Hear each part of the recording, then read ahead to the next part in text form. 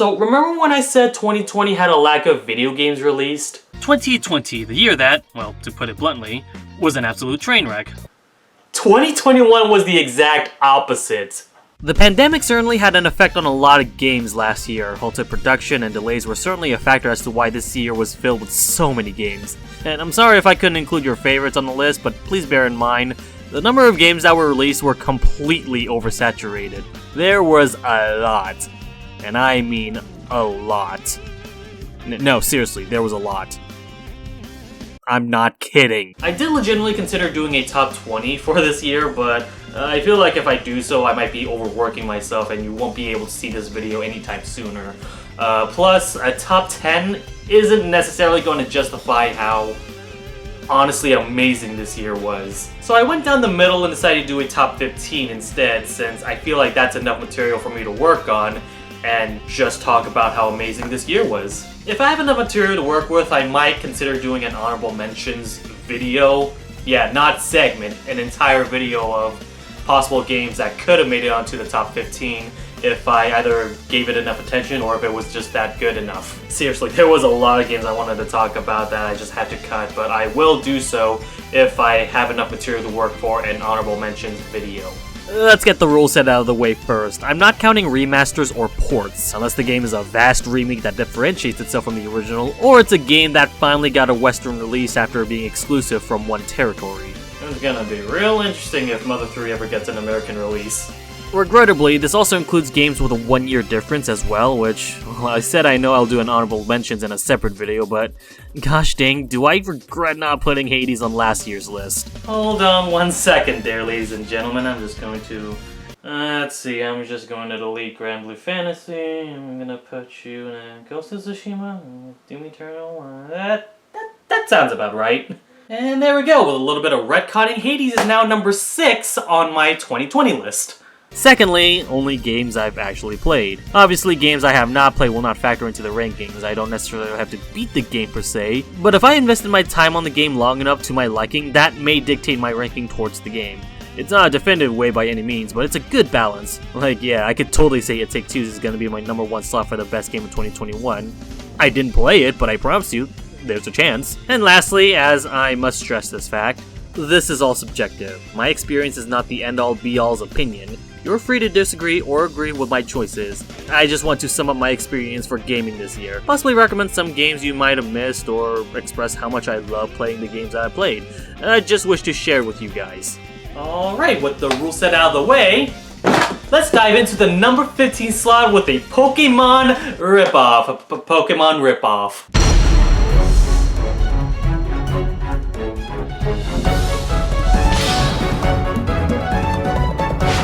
And I don't mean Pokemon ripoff as a bad thing, cause this is a very unique adaptation to the formula. The way the series adapts the Monster Hunter formula into a turn-based RPG is actually brilliant. What if the monsters were in your control? Each monster not only has an element, but a type advantage that's tied to its characteristics. The game utilizes a rock, paper, scissors mechanic where red beats green, green beats blue, and blue beats red, and it's up to you to predict or read the monster you're fighting. Sometimes the monster's characteristics are tied to their colors, but they might either change their tactics and go for a different color, or maybe pretend to pick one color but instead go for another. Or not even change their tactic at all, just stick to the same color, making you think that they're going to go for a different color when in actuality, they chose the same damn color. Now pair that with multiple different enemies that also have that same possibility, and you got the ultimate mind game of player versus AI. You also got a partner who's either paired with another monster, or fights by themselves with nothing but their weapons, and even monsters have weapon advantages and disadvantages depending on where you attack them. And on top of where you attack your monsters, different materials may drop for you to craft more weapons to hunt down more monsters, and capture their eggs in order to collect more monsters to hunt down more monsters. And then there's this breeding system with gene splicing and rainbow genes. Holy f***, it's like Eevee training on crack! The gameplay is surprisingly in-depth for what is essentially a grind fest of capturing monsters, killing monsters, and collecting their parts. And that's to top it off with a relatively decent story. It's not gonna blow any minds, it's not in-depth as some of the artsy-fartsy games, nor does it have any morals or themes aside from friendship is magic, we made it all along the way, the power, the heart of the cards. But it's a serviceable story with a great cast of characters along your created character's journey. Your grandpa's name is freaking Red. For those of you who are annoyed by the Pokemon analogies, I'm sorry, but they make it way too easy.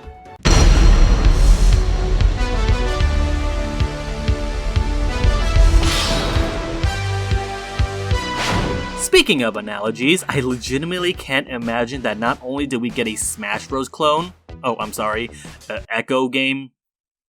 That just sounds stupid. But to get one that's actually fun and developed by game makers who are huge fans of the genre and executed a fast freeform fighting game a la Smash Bros. Melee. What the hell is your excuse, Cartoon Network's Punch Time Explosion? Now, the game is not perfect by any means. It's not a smash killer that a lot of pro players say it is. That game is called Melee. But for what Nickelodeon All-Stars attempts to do, it succeeded as Melee's Echo game. That still sounds stupid. I'm gonna shut up now. The cast could be better and the lack of voice acting does make the game feel cheap, but for what the devs can get away with, the moveset and references they create with each character are crafted faithfully towards their source material. The game's most groundbreaking feature is easily their online multiplayer. With the implementation of rollback netcode, it's easily one of their best online experiences. The game plays flawlessly as if you're playing locally side by side, and if there's anything the game does better compared to Smash Bros, it's its online multiplayer. And with Garfield recently implemented as a free update and the devs listening to the community by implementing voice acting in the future, I can't wait to see how the game evolves as it progresses in development. Here's hoping Ludosity continues to make a one-of-a-kind great experience. At least until Multiverse comes out.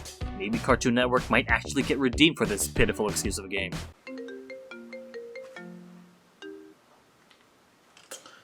Hold on one second, I gotta go to the bathroom real quick.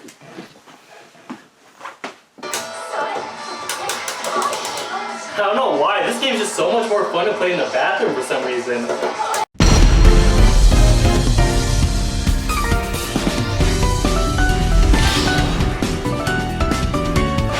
Nickelodeon All-Stars is not the only fighting game with rollback netcode that made it onto this list. Melty Blood is another fighting game that's certainly worth your time, whether it's playing on the internet or playing in the John. I'm usually willing to play some of these anime fighters from time to time, and Melty Blood type Lumina is one that oozes fantastic art style. No Neko Cat unfortunately, but that shouldn't deteriorate how in-depth yet simplistic the game can be. The game's got a fantastic tutorial that teaches newcomers the game mechanics of the game. A light, medium, heavy system with a parry button for defensive options. The parry button can also be used to either immediately launch the opponent or teleport from behind to cross up your opponents, and those attacks can be delayed to bait other players to parrying preemptively. The mind games are just mind-blowing. The character designs do look relatively basic, at least in comparison to other anime fighters, but I think that's the point. These are just normal high school students that want to show off their personality simplistically in their poses or fighting style. I like Koma because he's big and buff. Sure, Saber, who's a guest character from the Fate series, feels a little off from her vibrancy and knightlyhood design. I swear, for some reason I'm getting like Soul Calibur 4 vibes when Star Wars characters were introduced as playable fighters. But every character in their archetype showcases the diverse playstyle the game offers, even with its limited roster, which can always be expanded with DLC and updates. Now, I don't actually know the story behind this game. I mainly play this game for, well, the fighting, but I do think this is a fighting game worth playing. Especially in the John.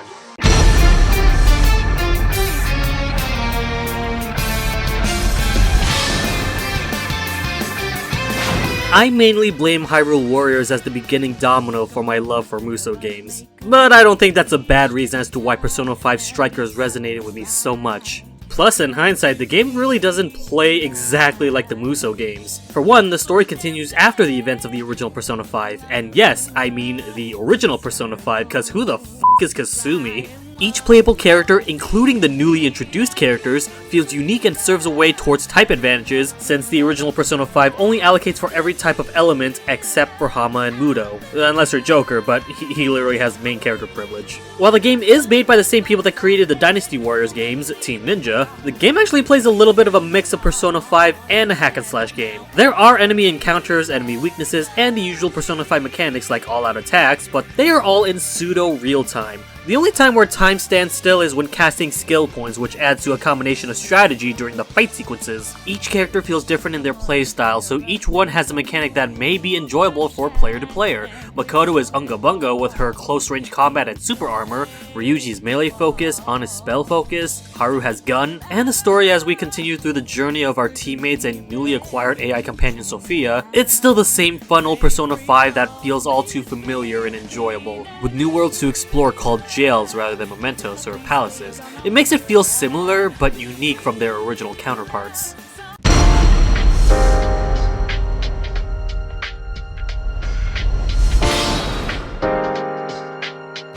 Onto one hack and slash game and into a beat 'em up, Lost Judgment makes its way towards the number 11 slot. If I have to be honest, I think I did enjoy the first Judgment game more, but that doesn't mean Lost Judgment is a bad game by any means. The game is still the same fun Yakuza-like side series that is still enjoyable with loads of twists and turns for the main story, and same old goofy side stories. This is something that the Ryu Ga Gotoku devs are really good at doing, and still know how to do. New side cases also lead towards new minigames alongside old returning minigames that you enjoyed from the previous game. The game's story follows Yagami in a new case where he investigates a murder of a teacher and uncovers the horrors of a high school that leads to themes of bullying, suicide, and the effects of bystanding witnesses, who either refuse the pleas of health or, worse, instigates the issues even further. To top it off, the case continues to spiral into political affairs, a new underground gang after the disbandment of the Yakuza, and all the drama colliding with it while at the same time running a dance club, playing some Virtual Fighter. Again, the bizarre mood swings of drama and comedy are just what makes the Yakuza and Judgment series so unique in that aspect, and they separate the two moods very well. You get the tense and serious moments that edges the players into seeing how our protagonists get past their endeavors, while at the same time we get to see the wacky adventures of Yagami fighting an angry teacher after some students literally piss on his flowers. Long story, just play the game to find the context for yourself.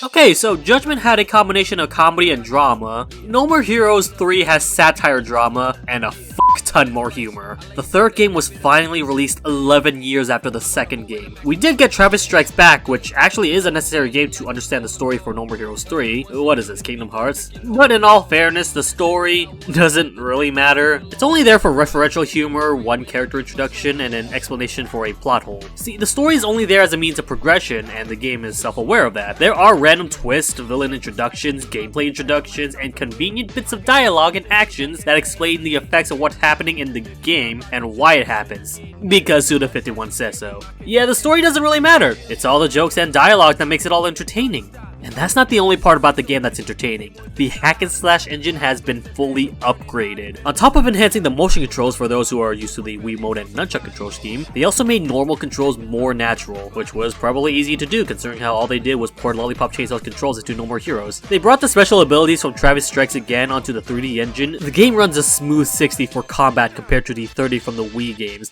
If I had to make one minor complaint, I do think the graphics are at the lower end. This might be due to the Switch hardware, especially if the devs want to aim for 60 FPS, but it's still something that I needed to bring up. But even then, that still doesn't stop me from fully enjoying Travis's wacky adventure against mutant aliens bent on world domination.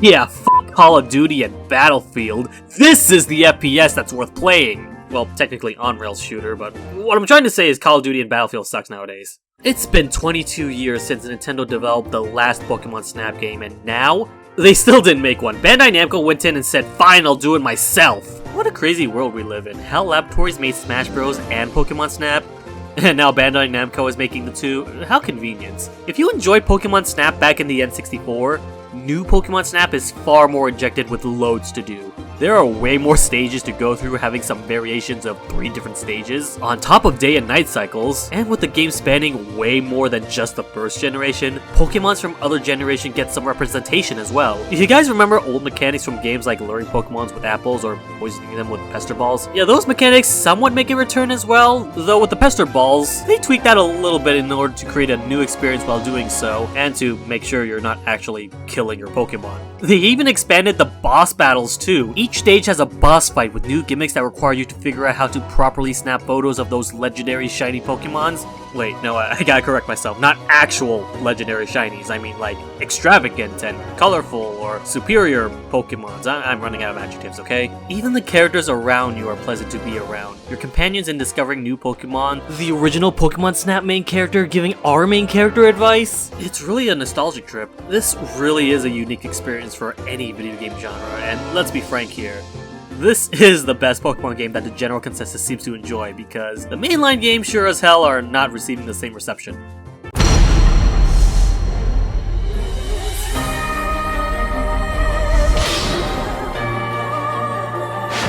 I loved NieR back when they released it on the Xbox 360 and PS3, and this new remake with a better combat system just makes this game from a 9 to a 10.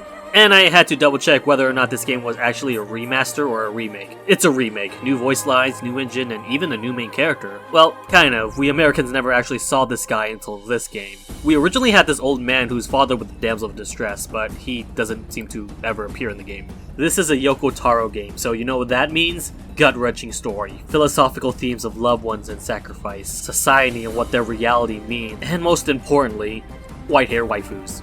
She's got a dick. There are some gameplay elements that actually go in a top-down perspective or a side-scrolling perspective, making the game feel a lot more varied than a traditional 3D hack-and-slash game. The world is brimming with vast openness despite the overworld actually not being too big. Each city has its own culture and experiences, some weird, some depressing. The art style, especially in next-gen hardware, just feels alive, yet bleak at the same time. It's an experience that'll stick into your mind after finishing the game, then beating it again for another ending. Then beating it again for another ending until you realize your save file got deleted. Wait, what the fuck?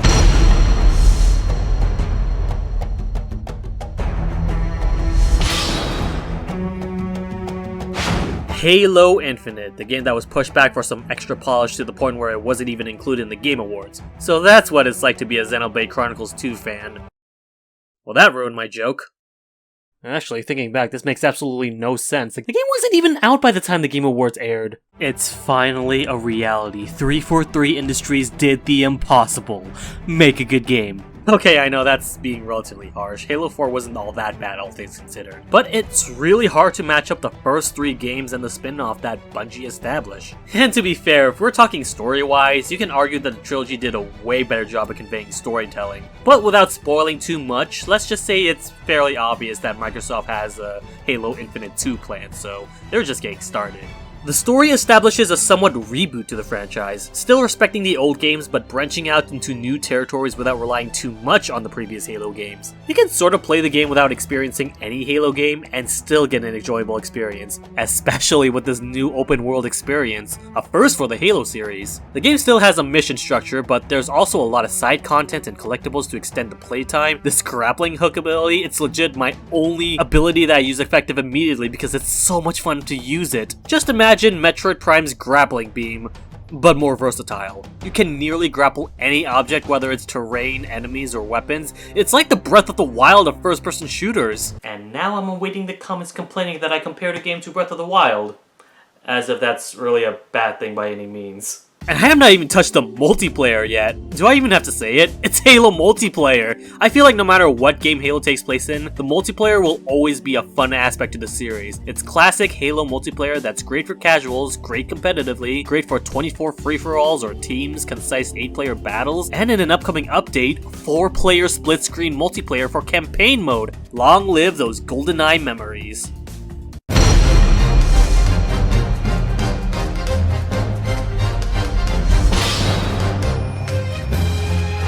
So yeah, this game finally got an American release. While technically the first game was released in 2015 and the second game released in 2017, we Americans didn't get this game until this year, so I'm counting this entry as this year's list. Technically it's 2 different games bundled into one, but I still like to think that both games can join into one to make an overall cohesive experience. If you played the previous Phoenix Wright games, nothing much has changed, but the reason you want to play Phoenix Wright games is for the narrative in the courtroom and investigations. The story takes place long before the Phoenix Wright games, dating back to roughly the 19th century, and stars a familiar face with a different name. This is Ryunosuke Naruhodo, the Japanese ancestor of Phoenix Wright, who is an upcoming lawyer in the British Empire with British laws and a British legal system. Being a Japanese citizen, this is quite an adjustment for our fellow defense attorney. But with a cast of colorful and fun characters, his adventures are something to behold. There are a lot of side characters that make the journey an adrenaline ride, from our protagonist's supporters to his opponents and enemies. Freaking Herlock Sholmes, man, this guy always cracks me up every time he speaks. Sure, he could get annoying and insensitive sometimes. When he delivers, it's a jolly good old time. The antagonist, freaking Baron von Zykes, I argue might be one of my favorite prosecutors in any Ace Attorney games. One thing I do want to elaborate on is the tone and language of the setting, especially when having to deal with some opposing obstacles from the jury members, the witnesses, and even Van Zykes himself. There's this pretty obvious undertone of racism in this game, which I feel may make some players uncomfortable. But the reasoning for it isn't just to demean or offend by any means. It's just a story element that invokes the time period where the game takes place in. It's the 19th century. Of course there's going to be racist remarks. Not even white people got along with other white people. What the hell did you think Genghis Khan did to the Asian colonies? Play Yahtzee? I just wanted to mention that factor into the game because I really don't think talking about racism makes the game racist. It's how the developers and storytellers portray said racism that can either make it engaging or offensive. And in this game's case, the racism isn't really that big of a deal. Just look at me, a certified Asian. Clearly, I'm the correct demographic as to determine what's offensive or not, and trust me, doesn't this look like the face of a trustworthy guy? If any of you said yes, prepare to be disappointed by the next entry.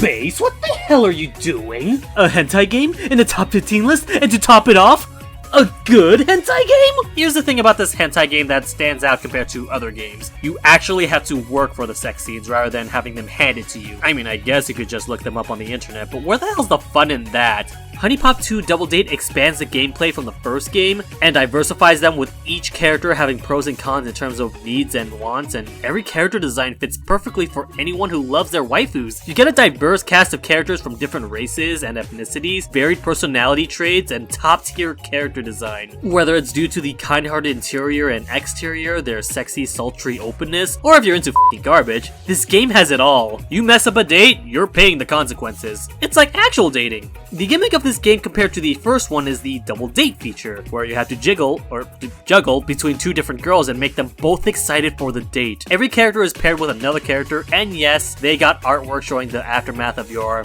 climactic experience. Hope you guys are happy with the inclusion of this game in the rankings list because this was totally worth the demonetization.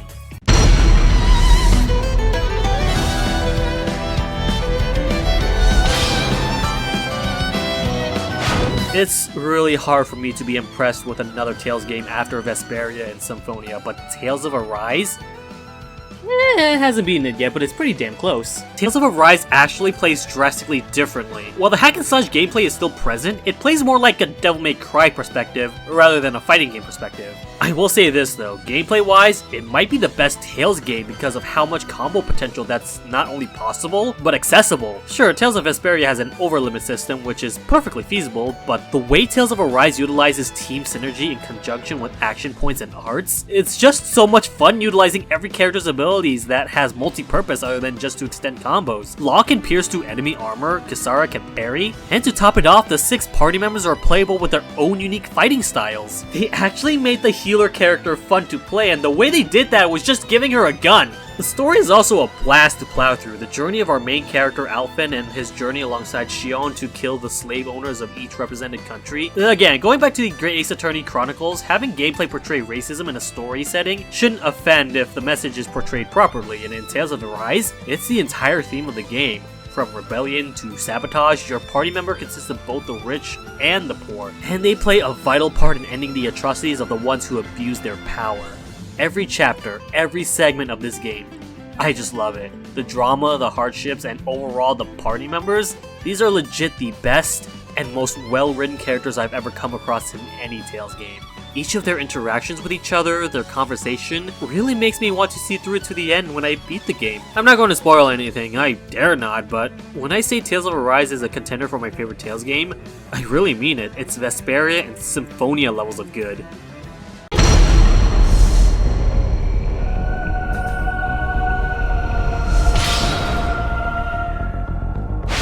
I cannot believe we got a 2D Metroid game this year. I know that Samus Returns wasn't too long ago, but the last Metroid game I played was Other M. That left a sour taste in my mouth, so finally, when I have the chance to play another Metroid game in its lineup, and have it be a well-crafted experience through near perfection, I really want this game to succeed and show Nintendo that we want more of this. This game is Metroidvania at its finest, with peak level design, clever secrets to uncover, fun as hell boss fights, full 360 aiming, tense enemy moments that not only encourage stealth, but actually force you to do so since these enemies do not screw around. The overworld is huge, with tons to explore and collect, and with an overall smooth controls that runs at a consistent 60 FPS, and graphically, the game looks amazing.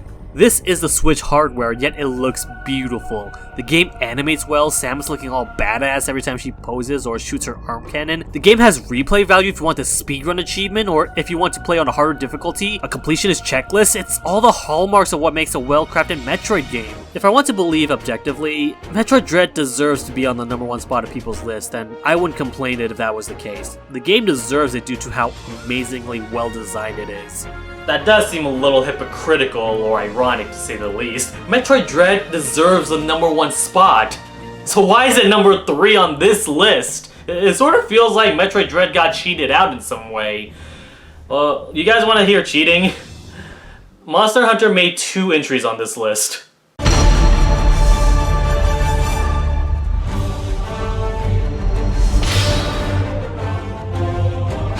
Yep, that's right. There are 2 Monster Hunter games on the best list, and despite the 2 sharing the same Monster Hunter name, I feel justified in saying that because these 2 games play radically different from each other, I'm considering the 2 as separate franchises. Just think of it like if Mario Kart and Mario Party were 2 separate series. But yeah, Monster Hunter Rise. It is currently the 2nd most played game on my Switch library, and the game I spent the most hours in this year, and I'm pretty sure half of those damn hours was murdering the Magnum Model for this stupid gem that has a 5% spawn rate. The game is nothing but killing monsters and grinding for materials for your weapons, armor for your pet doggos and cats, just to grind for more materials for stronger weapons and armor. This game is a grind fest, and yet surprisingly, it's addicting. Normally, I think it would be a chore to do the same thing over and over again, but Monster Hunter Rise makes it so much fun to beat stronger monsters and carve out their materials just for you to do it over and over again. Playing this game online is also a breeze too. Having a group of friends playing along is just the best experience when playing this game. We're technically not even done with this game yet too, because the Sunbreak DLC is coming up next year, and if that game's any good, expect that game to be on the best list of next year too.